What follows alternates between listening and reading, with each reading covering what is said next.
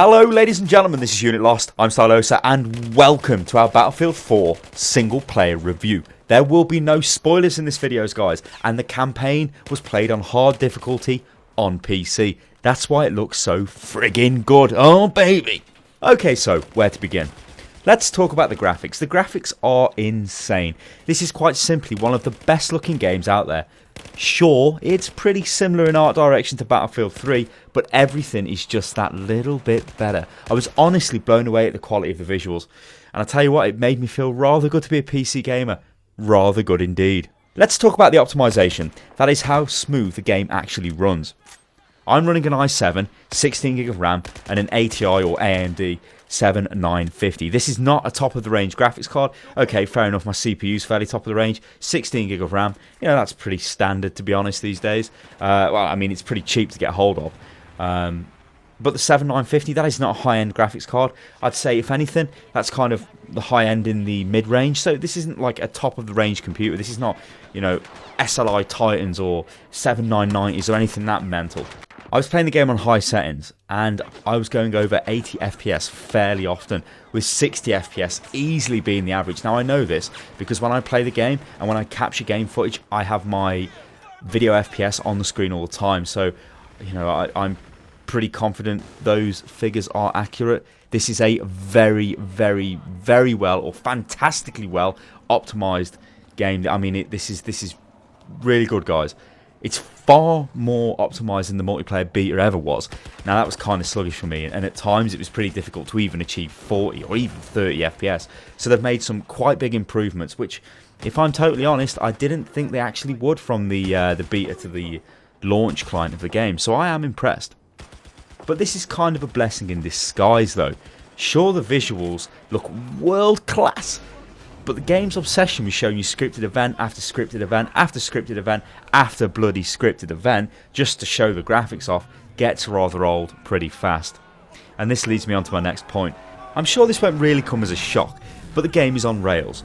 If ever there was a game on rails, it is this game, ladies and gentlemen. This is most definitely on rails. In fact, if there was a phrase in the dictionary called on rails, underneath it would say Battlefield 4 single player.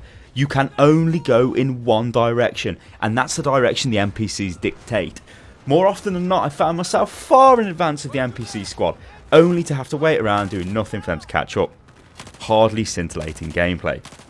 The most annoying thing, however, is death by scripted event, which is triggered by the player because the player is far too in advance of the squad, and so a certain event triggers, let's say, I don't know, a ship explodes and it blows you up and you die because you're not meant to be there just yet, and you're sort of there before you should be.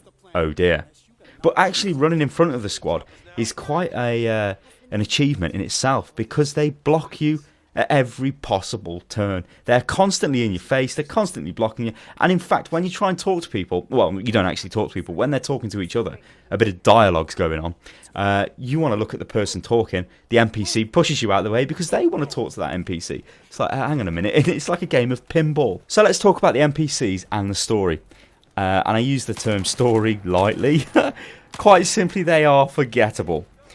I can't even remember the name of my squad mates, and I was only playing the game a few hours ago, so it's like, what? I have little idea as to what was actually going on, you know. It's pretty much your standard fare of, oh god, big boss, bad man with big bomb coming after us, big attack, Chinese, Russian, American war, bomb, let's go to a token Middle East place, you know, you get the drift. I'm not going to drop any spoilers anyways, guys, but you get the drift. The whole, oh my god, there's a woman in the squad thing is absolutely bloody pathetic. Look, there is a woman. Squad mate doesn't trust her.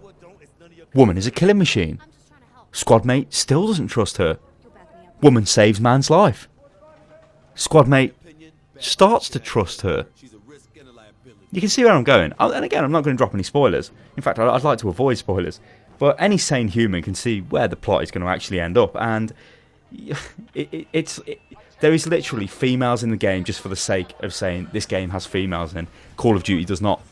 That's the only reason there's females in the game, to be quite honest, ladies and gentlemen.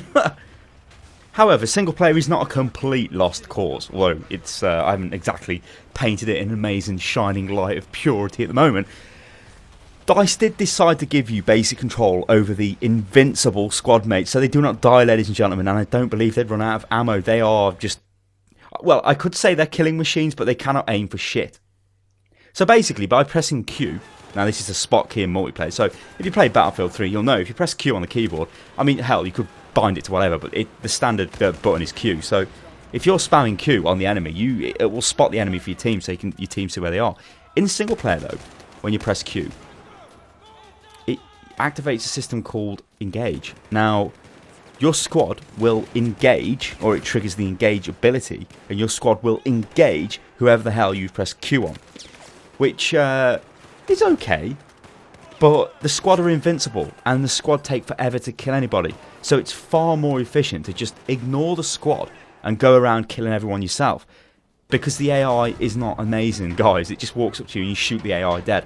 Now this is on hard difficult. This is the hardest difficulty the campaign could be played at, and it was just like a shooting gallery. You know, any kind of experienced Battlefield gamer or any kind of FPS gamer will just totally blast through the single player, and they will find this engagement system a total waste of time. To send the squad off to engage somebody, it's like a pointless endeavour. You may as well just shoot them yourself.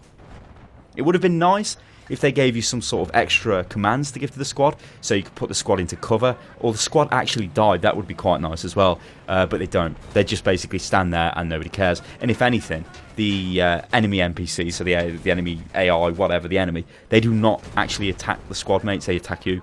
So if the squad mate's in the open, they totally ignore them anyway. You do also get certain mission-specific achievements as well, if that's your kind of thing. And you can check up on them by bringing up the in-game menu, and it'll tell you if you've sort of achieved bronze, silver, gold level in that mission, various other little bits and bobs.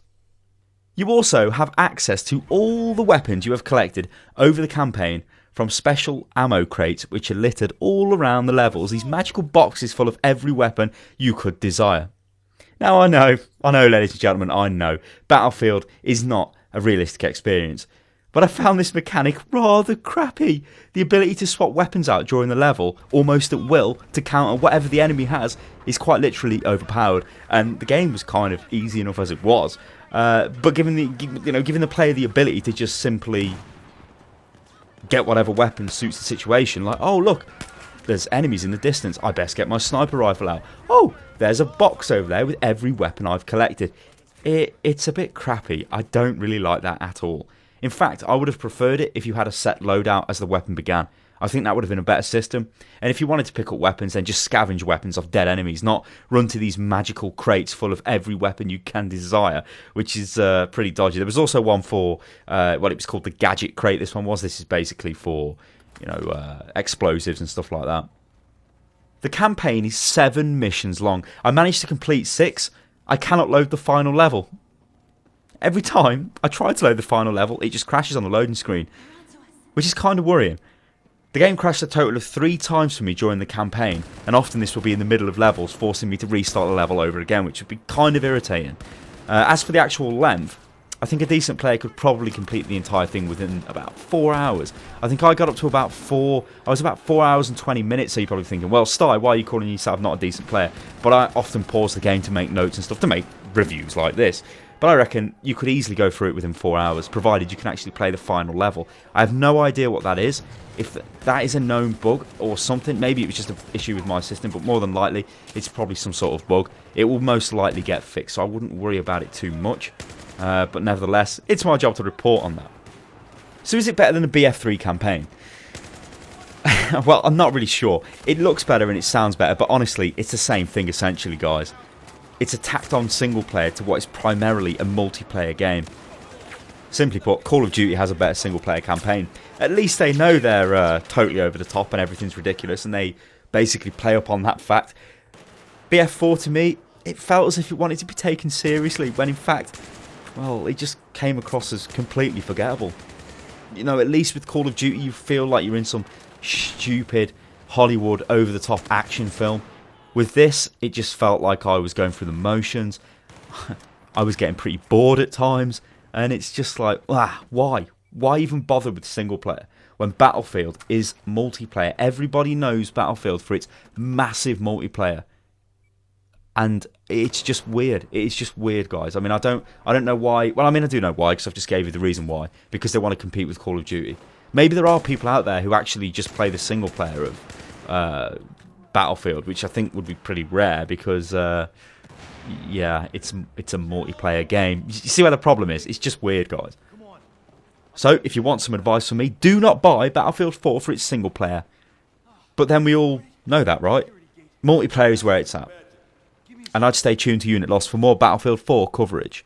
Especially multiplayer, ladies and gentlemen. I've been Stylosa, this is Unit Lost, and the Battlefield 4 single player campaign, it's not pure, ladies and gentlemen. I'd give it a miss. I'll catch you next time, people. Toodaloo.